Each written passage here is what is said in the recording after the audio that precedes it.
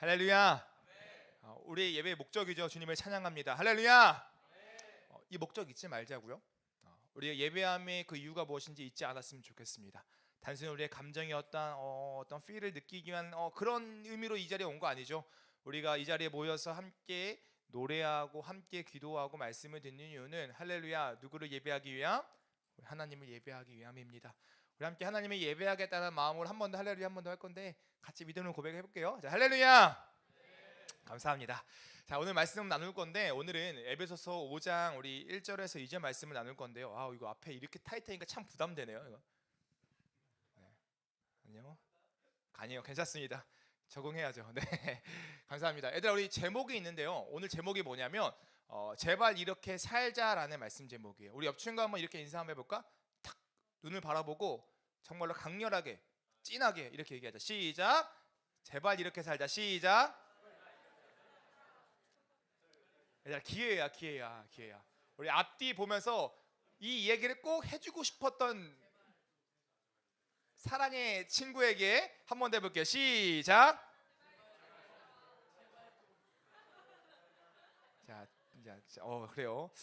집중 공격 당하는 애들 몇 명 있어요. 테리나 잘 살아야겠다. 널 향한 사랑이 참 많은 것 같아. 네, 감사합니다. 오늘 이렇게 말씀을 나눌 건데 우리가 우리 중고등부 연합예배를 참 많이 했던 것 같아요. 근데 우리의 시작이 아마 언제였나 좀 생각을 해보니까요. 여름 수련회가 우리의 시작이었던 것 같아요. 그렇죠? 여러분 여름 수련회 주제의 말씀 기억하나요? 그렇죠, 뭐요? 웨이메이커, 그렇죠? 우리의 길을 만드시는 하나님. 이 수련회 때 참 많은 은혜가 있었죠, 그죠? 참 많은 은혜가 있었어요, 그죠? 많은 은혜가 없었어요, 그죠? 많은 은혜가 있었죠. 네, 많은 은혜가 있었어요. 우리가 들었던 말씀들이 참 우리가 위로가 되고 우리에게 힘이 되었던 것 같아요. 우리가 들었던 말씀 중에 목사님은 두 가지 포인트가 있었던 것 같아. 기억나나요? 기억나는 친구 선물 갑니다.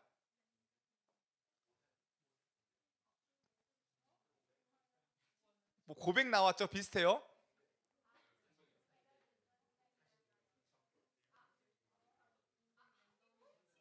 아니 그거 뭐였지? 그거 뭐 있는데 그냥 일어나서 얘기해요. 저요 하고. 그렇죠. 누구?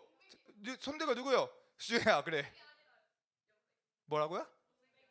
공백이 아니라 여백. 그렇죠. 우리의 인생 가운데 공백은 공백이 아니라 여백이다. 공백과 여백에는 포인트가 있었고 또 한 가지가 더 있었던 것 같아요. 주희야, 내가 이따가 노성진 목사님 통해서 따로 전달할게요. 자, 또 모세 지팡이 이런 거에서 모세 지팡이 모세 지팡이 발음이 안 좋네. 지팡이 뭐가 있었다고요?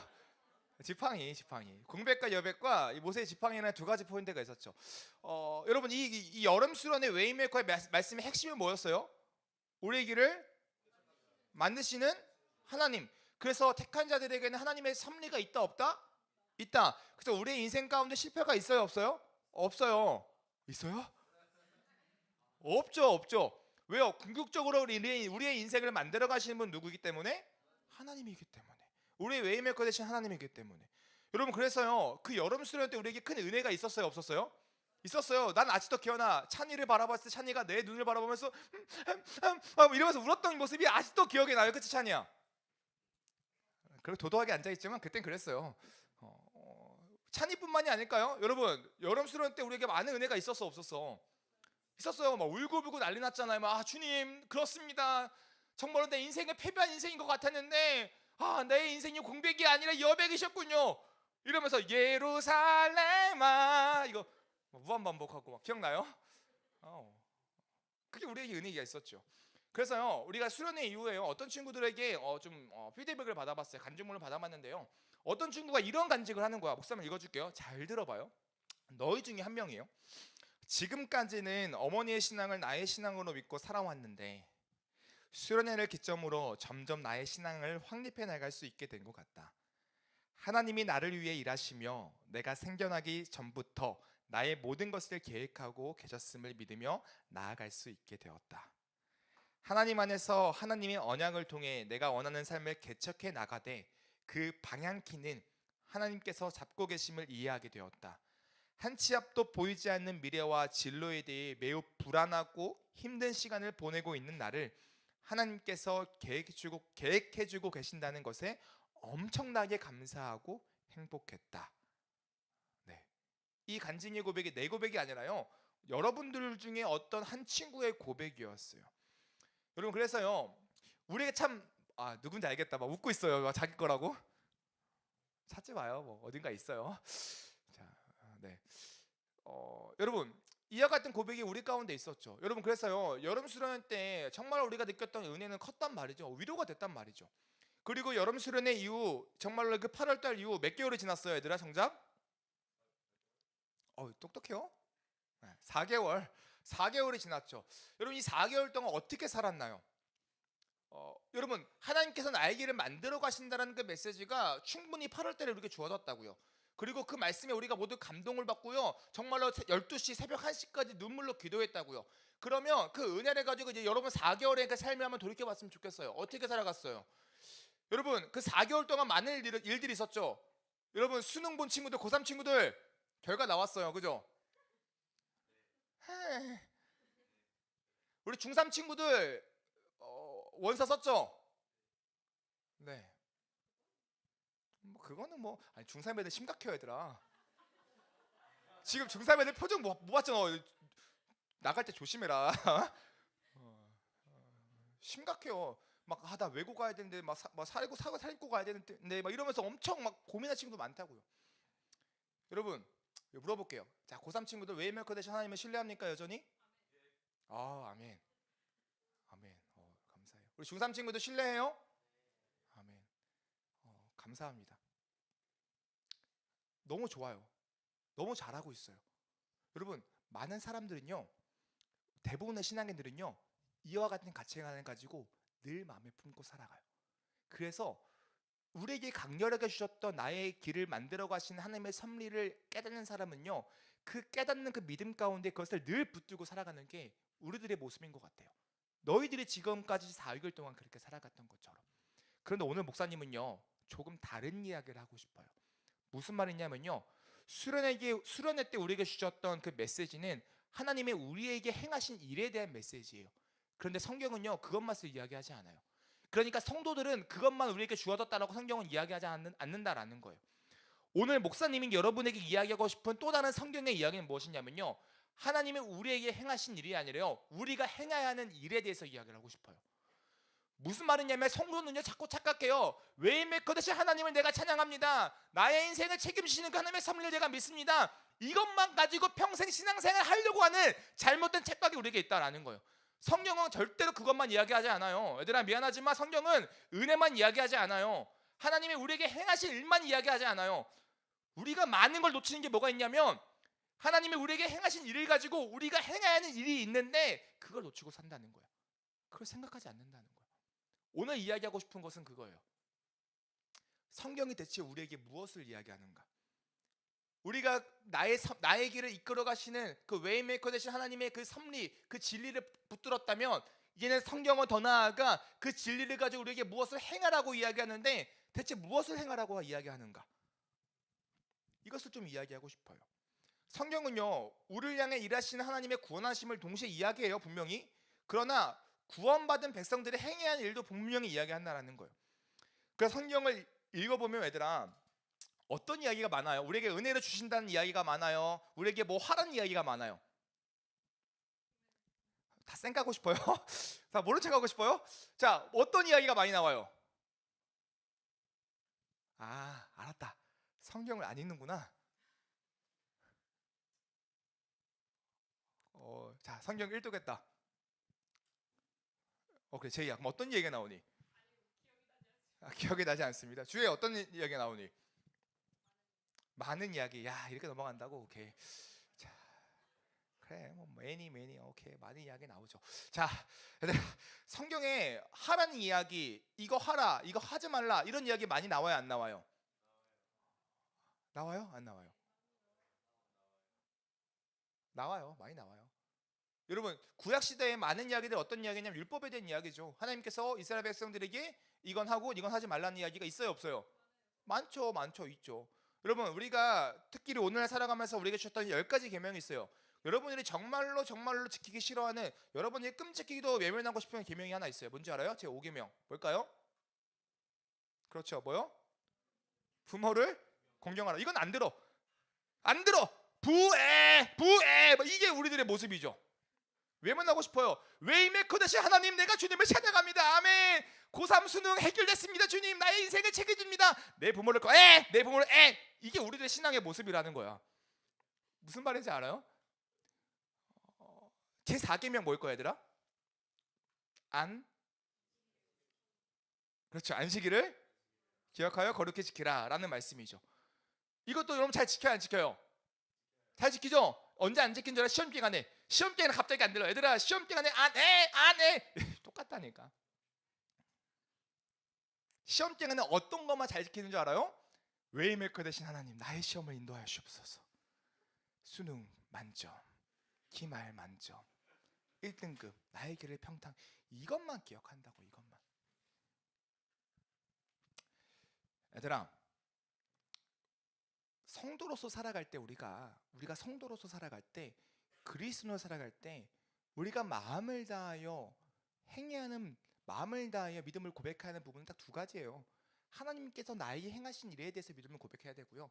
더 나아가 성도들은 우리들이 행해야 되는 일들에 대해서 동일하게 고백해야 돼요. 두 가지의 균형이 우리의 신앙의 삶 가운데 분명히 필요하다라는 거예요. 두 가지의 균형이. 만약에요. 이 신앙의 균형을 잃어버리면 어떻게 될까, 얘들아? 따라해 볼게요. 괴물. 정말 미안하지만 괴물 되는 거예요, 진짜. 이 균형이 무너지면요, 뭐 되냐면, 따라해 볼게요. 다시 한번. 괴물. 진짜 괴물 되는 거예요, 괴물. 미안하지만요, 목사님 그런 괴물 열어봤어요. 괴물 없는 것 같아요? 괴물 진짜 실존해요, 얘들아. 한강에서 이것만 괴물이 아니에요. 진짜로 괴물이 있어요. 막 눈물로 예배 시간에 나와 기도로 찬양해요. 주님 할렐루야 할렐루야 아멘. 그러고 나가서 뭐예요? 삥 뜯어요. 야, 돈 좀 가져와봐. 돈 좀 갖고 와봐. 너 어딜 꼬라봐. 야, 너와 나의 눈높이 차이 몰라? 꿇어. 경험담인 것 같아요, 얘들아? 네, 누구야? 포라, 너 조심해야 돼. 여러분, 이런 신앙의 모습이 우리 가운데 분명히 있을까 없을까? 있어요. 하나님 예배한대요. 하나님을 사랑한대요. 그분이 나의 길이요 진리요 생명인데요. 그런데요, 세상에 나가서 어떠한 이웃사랑도 실천하지 않아요. 온갖 불법적인 일들을 다 행하면서 자신의 유익만 구하며 살아가는 사람들이 있다라는 거예요. 그리고 교회에서는 뭐예요? 거룩한 성도인 척 살아가는 사람들이 있어요, 없어요? 있어요. 아파하지 않아. 내가 교회에서 삶과 세상에서 삶에 이 이격이 있는 거, 이 차이가 있는 거에 대해서 고통이 없어요. 그럼 괴물인 거예요. 아픔이 없어요. 절망이 없어요. 낙심이 없어요. 그럼 괴물인 거예요. 여러분, 분명히 이야기하는데요, 차이가 있을 수는 있어요. 그러나 그 차이가 있음으로부터 오는 주를 향한 애통함과 또 주님을 닮아가기 위한 발버둥침이 있어야 된다라는 거예요. 그래서 이렇게 이야기하고 싶은 거예요. 우리가 건강한 성도로서, 건강한 크리스찬으로서 이 청소년 시기를 어떻게 보냐, 이 균형을 맞추면서 제발 나에게 일하신 하나님만 생각하지 말고 주님께서 말씀하셨던 그 일들을 행하며 제발 이렇게 살아가자 라고 외치고 싶어요. 한 번 더 옆중하고 이런 의미에서 얘기해 볼까요? 자, 제발 이렇게 살아가자. 자, 시작.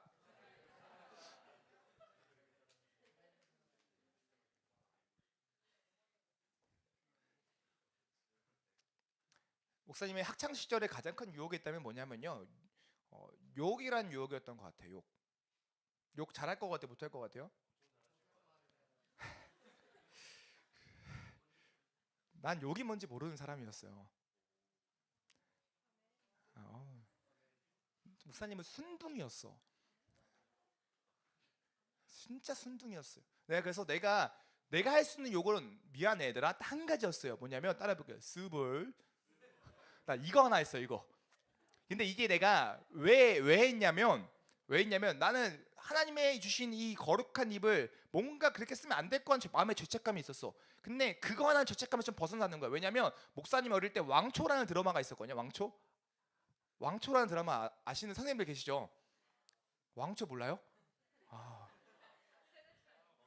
비슷한 세대야 얘들아. 청년 선생님들 모르시나요? 저거 비슷하잖아요.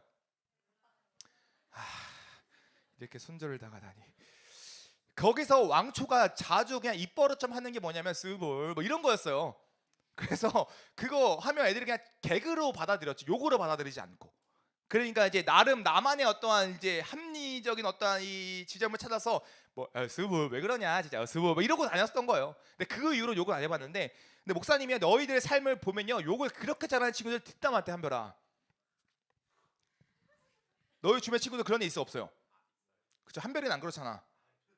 그치 한솔아 맞지? 맞아요? 동생? 아, 그래요? 오케이 맞대요. 삶에 이중성이 분명히 있다는 거죠.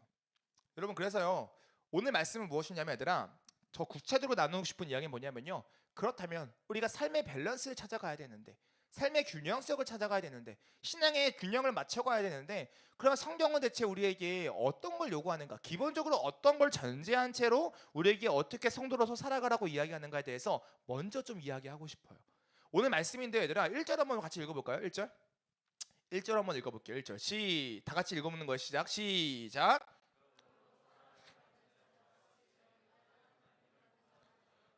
아멘. 1절의 시작이 뭐죠? 오케이 똑똑해. 그러므로나 시작해요. 여러분 그러므로는요 접속 부사예요. 무슨 말이냐면 앞에 내용이 뒤에 내용의 이유나 원인, 근거가 될 때 쓰이는 단어가 이 접속 부사로서의 그러므로라는 단어예요.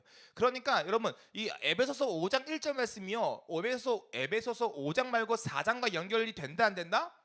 된다라는 거예요. 된다. 4장의 내용을 가지고 그러므로라고 1절에 시작하는 거예요. 그러면 우리가 이 4장의 내용을 좀 알아야 되잖아. 그렇죠? 근데 4장의 내용을 1절부터 쭉 설명하면 시간이 없으니 목사님이 한 가지로 설명해 줄게요. 따라해 볼게요. 세 사람. 4장의 내용은 뭐냐면요, 새 사람이 되었다라는 거예요.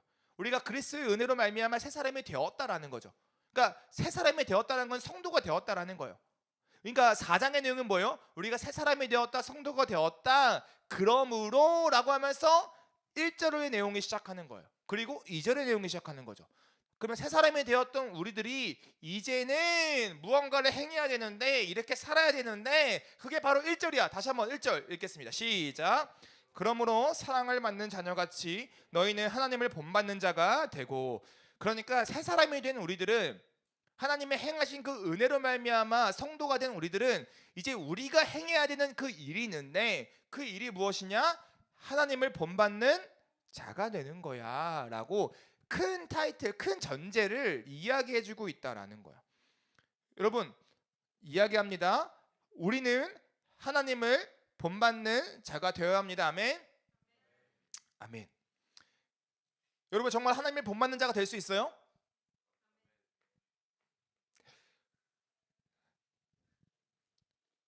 이 말이요 진심으로 고민되는 말이잖아요 얘들아. 내가 어떻게 정말 하나님을 본받을까에는 고민을 진짜 해보잖아요. 이 말이요 근데 쉽게 아멘이 안 떨어질걸요. 농담 삼아 얘기해 볼게요. 우리 한별이 목사님만 같이 되게 잘생기고 멋지게 자라나야 됩니다. 쉽게 떨어지네. 부담이 돼야 정상이거든요. 여러분 중국어 속담 중에 한단지보라는 속담이 있어요. 뭔지 알아요? 오 뭐야? 오 시험범이야. 오 대박이네. 뭐예요? 그치? 그렇지. 어. 어. 그렇죠. 그러니까 자기 분수를 모르고 누군가를 따라했을 때 자기 것마저 잃어버리는 어떠한 어리석음과 어떠한 그런 부분들을 이야기하는 단어가 한단지보라는 단어예요. 사자성어예요. 근데 이걸 우리나라 그러니까 속담으로도 가져오면 뭐 이런 것도 있는 것 같아요. 뭐냐면요, 뱁새가 황새를 따라가다가 뭐가 찢어진다? 가랑이가 찢어진다.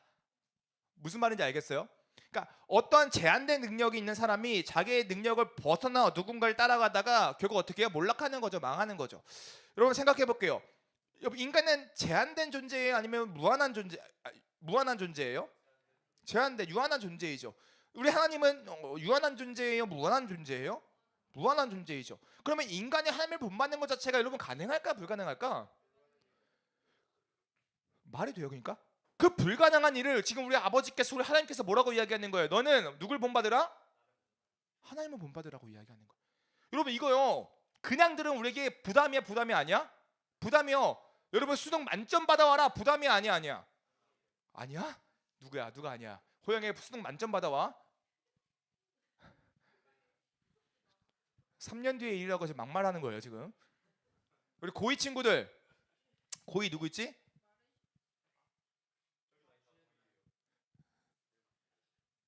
은우야, 수능 만점 받아와. 봐봐 눈빛 봐봐. 나한테 왜 그래요? 막 이런 거잖아요. 이게 부담으로 다가와야 돼요. 너는 하나님을 본받으라는 그 말씀이 우리에게 부담으로 다가와야 된다고요. 왜냐면 절대 할 수 없는 일이거든. 할 수 없는 일이거든. 근데 오늘 말씀은 뭐라고 이야기하냐면, 내가 너에게 베풀어준 은혜도 있지만 그 은혜 가운데 너가 행해야 되는 일이 있는데, 그게 뭔지 알아? 나를 본받는 거야. 한번 해봐. 가랑이 한번 찢어져 봐. 한번 제대로 찢겨봐야 정신을 차리지. 뭐 이런 걸까요? 여러분, 정말로요, 우리가 하나님의 그 온전하심 그대로 우리가 온전히 주님을 따라가려고 생각한다면 우리가 겪을 수 있는 거 딱 한 가지가 있는데, 뭐냐면 낙심이에요. 낙심. 그래서 하나님을 본받는 삶에 대해서 우리가 분명히 행해야 되는 거 맞지만, 이거에 대해서 잘못 오해하고 잘못 생각하는 사람들은 뭐에 빠지냐면 율법주의에 빠지고요.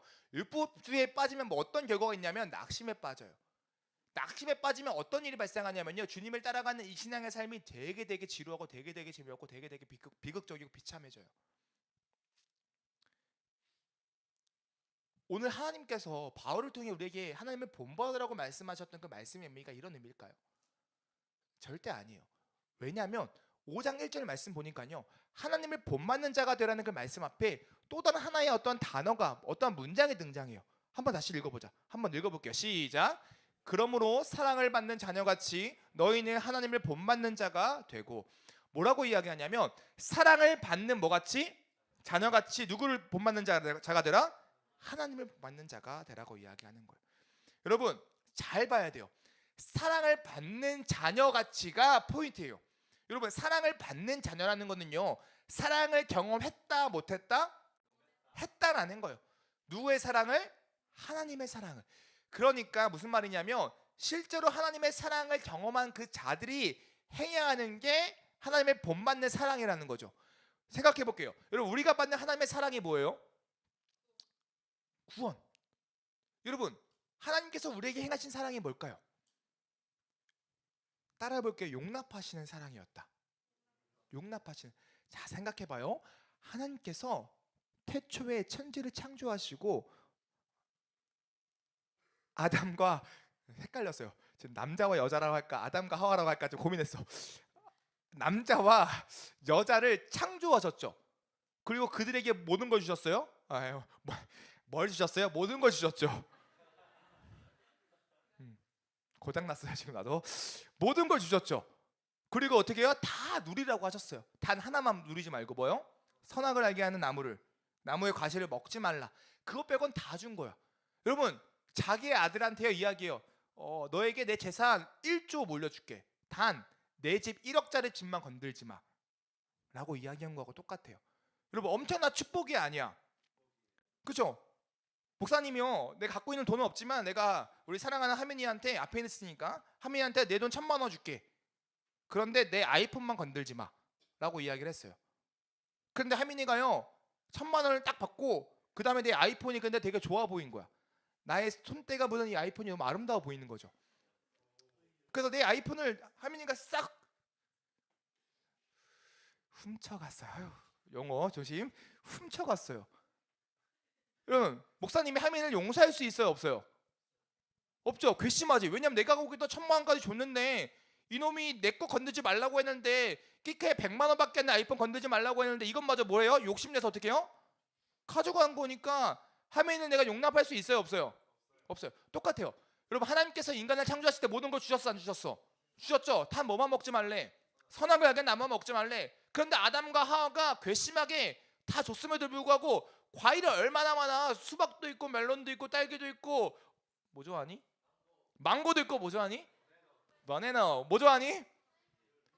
복숭아 파인애플 다 있는데 선악을 알게 한 나무만 먹지 말라고 하는데 그것만 어떻게 해요? 똑 따먹는 거야. 괘씸해 안 괘씸해? 여러분 받아들일 수 있어 없어? 없어. 내쳐야 정상이죠. 근데 그 하나님께서 어떻게 해요? 용납하시는 거예요. 용납하시는 거예요. 죽게 내버려 두지 아니하시는 거죠. 그들에게 뭘 입히셔요? 가죽옷을 입히시고 당장 죽여야 하지만 그 죽음을 보류시키시고 그들을 살릴 수 있는 방법을 고민하시고 계획하시고 실행하시죠. 용납하시는 사랑이 없으면 그 자리에서 아담과 하와 어떻게 바로 즉사야. 바로 그냥 딱 죽어야 돼. 네가 어떻게 그럴 수 있어? 내가 안 줬어? 다 줬잖아. 근데 그 하나님의 사랑은 용납하시는 사랑이었어요. 마치 성경에 보면요, 탕자 이야기 아니에요? 탕자 이야기? 탕자 이야기 알아요? 둘째 아들이 아빠의 재산을 다 받아가가지고 나가서 어떻게 해요? 탕진했죠. 그 아들이 돌아와요. 그 아빠가 어떻게 해요?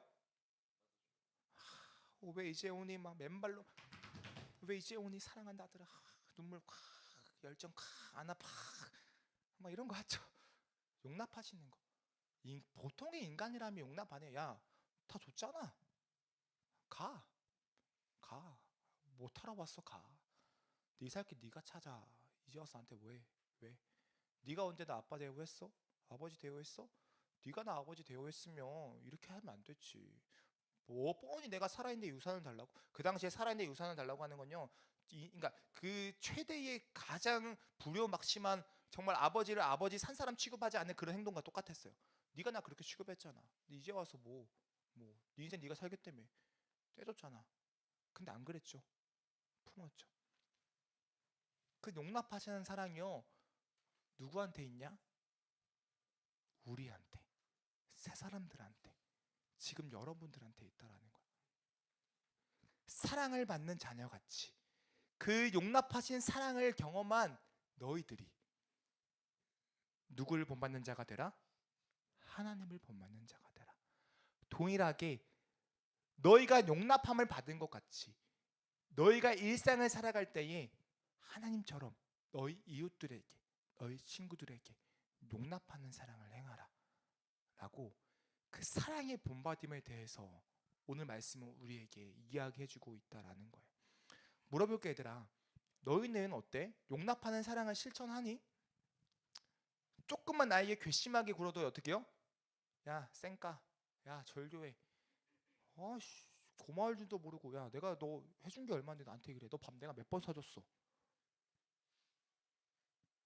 이게 우리의 태도죠.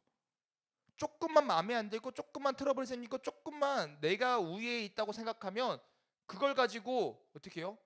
용납하지 않아요. 용납하지 않아요. 그런데 성경은 이야기해 뭐 하라고요? 용납하라고요. 세상 사람들과 크리스찬 성도들의 차이점이 얘들아 여기에 있다고. 얘들아, 우리는요 사랑을 받아봤기 때문에, 용남을 경험해봤기 때문에, 용남의 사랑을 누려봤기 때문에 그 은혜에 힘입어 뭘 할 수 있냐면 용납할 수 있어요. 용납할 수 있어요.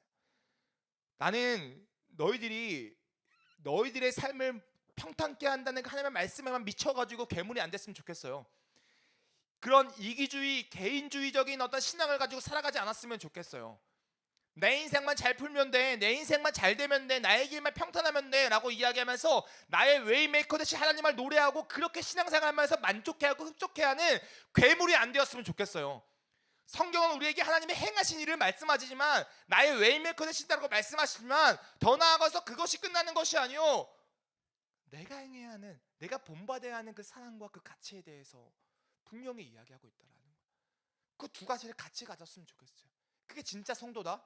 그게 진짜 예수님 믿는 사람이에요. 너 왜 예수님 믿니?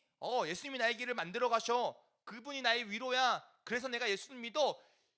이걸로 끝나지 않았으면 좋겠다는 거예요. 왜 예수님 믿니? 예수님 나의 길을 만들어 가셔. 나에게 은혜를 부어줬어. 그리고 나는 이제 내 인생의 목표가 바뀌었어. 주님을 본받는 삶이야. 까지 갔으면 좋겠다는 거예요.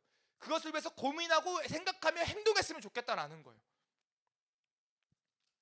우리는 부모님들 용납 안 해요, 얘들아. 너희 엄마 아빠 용납하니? 엄마 아빠가 너희들 조금만 잘못하면 엄마 아빠 때문에 그렇잖아! 라고 얘기 안 해. 요 정도보다 솔직히 더 크게 얘기하잖아요. 아! 이런 거 해, 안 해? 아, 좀! 나 좀 냅둬. 왜? 왜? 너희들 모습 보는 것 같아요? 엄마가 잔소리 계속해서 그렇잖아. 내가 몇 번 말해. 해준 게 뭐가 있다고 나한테 그래.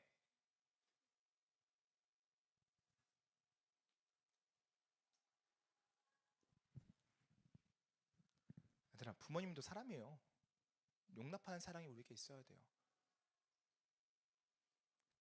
얘들아, 오늘 집에 가서 엄마 아빠 한번 안아드려요. 왜 이건 열광 안 하지, 얘들아?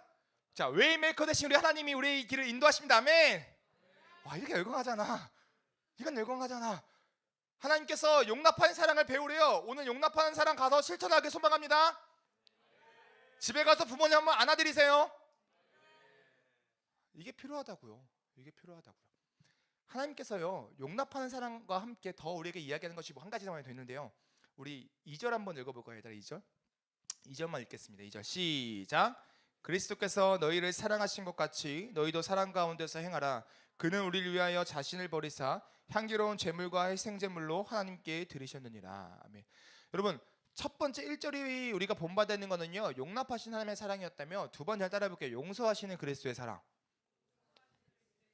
용서하시는 그리스도의 사랑. 2절에 뭐라고 이야기하냐면 이렇게 이야기해요. 그리스도께서 너희를 사랑하신 것 같이 너희도 사랑 가운데 행하라. 여러분, 그리스도께서 사랑하신 것 같이 너희도 어떻게 해요? 사랑 가운데서 행동하는 거죠. 여러분, 그리스도 예수님께서 행하신 사랑이 뭐예요? 그분은 용납하신 사랑을 넘어 자신의 육체를, 생명을 우리를 위하여 대신 희생하셨던 사랑인 거예요. 이게 그리스도의 사랑이에요.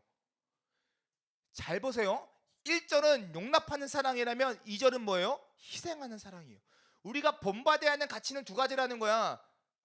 용납하는 사랑이 있다면 그 사랑의 실천으로서 희생하는 사랑도 함께 있어야 된다는 거예요. 엄마, 아빠, 내가 사랑합니다. 주님 안에서 엄마 아빠를 용납해요. 딱 안아줬어. 그리고 어떤 희생을 할 거예요? 가만히 앉아 계십시오. 오늘 저녁은 내가 합니다. 와우. 요 정도의 희생. 근데 솔직히 너무 작다.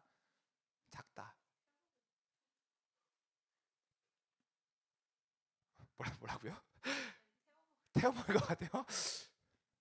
그래도 부모님은 맛없다, 못 먹겠다 이러실까? 그러실 수 있어요? 그럼 이렇게 얘기해요. 설거지 할게요. 그 정도는 괜찮을 거야. 설거지 할게요. 얘들아, 용납하는 사랑을 실천했다면 용서하는, 희생하는 사랑까지 실천하길 간절히 소망합니다. 친구들 사이에서도 그게 필요해요. 나하고 안 맞는 친구들 분명히 있고 나하고 안 맞는 사람들 분명히 있어요. 용납하세요. 그리고 더 나아가서 희생하시고 사랑하세요. 근데 목사님들이 이렇게 물을까? 목사님, 그런데요, 제가 그 친구 용납합니다. 저 그 친구하고 잘 지낼 마음이 있어요. 근데 그 친구가 나한테 큰 실수를 범한 건 사실이에요. 근데 그 친구가 나한테 미안해하지 않아요. 나한테 용서를 구하지도 않아요. 그럼 난 어떻게 해야 되죠? 성경은요, 사랑만 이야기하는 게 아니라 공의도 이야기하잖아요. 걔가 잘못했다라고 이야기해야 내가 용서해줘야 되는 거 아닙니까? 걔는 자기 잘못도 모르는데 내가 왜 용서해줘야 되죠? 적어도 나한테 와서 사과는 해야 내가 용서를 해주죠. 내가 용납은 해주죠 라고 이야기할 수 있을까 없을까?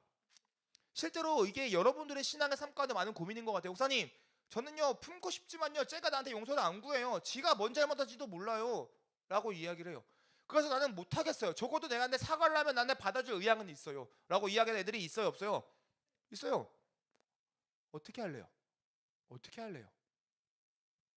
어떻게 살아갈래요? 성도로서 여러분 어떤 선택을 할래요? 이 고민이 있어야지. 어떻게 우리가 이것을 해결할까요?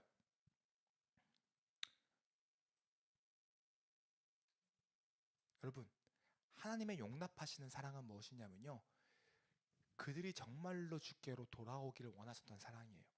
그래서 그들이 회개할 수 있는 특별한 장치를 만드셨어요. 그리고 그리스도를 통하여 그들이 회개하고 돌아왔을 때 그들을 한 몸으로 품으셨다고요. 동일하게 생각해 볼게요. 여러분, 그 친구가 나한테 용서를 구하지 않아요? 잘못을 구하지 않아요? 그럼 우리가 성도로서 행할 수 있는 명백한 한 가지 사실은, 전제로 깔게요. 100% 빵프로라는 책임의 어떤 이 구분이 있을 때 이야기하는 거예요. 근데 보통 이런 일 많이 없어요.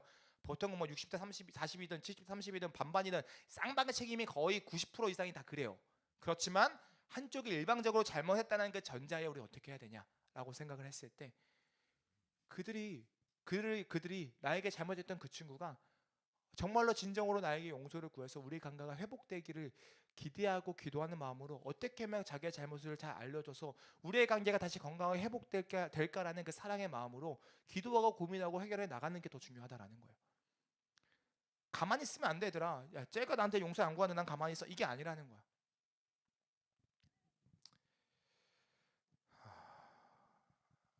사랑하는 우리 중고등부 친구들, 목사님 말이 많죠? 내라고 해도 괜찮아요. 말이 많죠? 네, 미안 얘들아. 근데 내가 더 해야 될 말이 많아. 괜찮나요? 괜찮아요?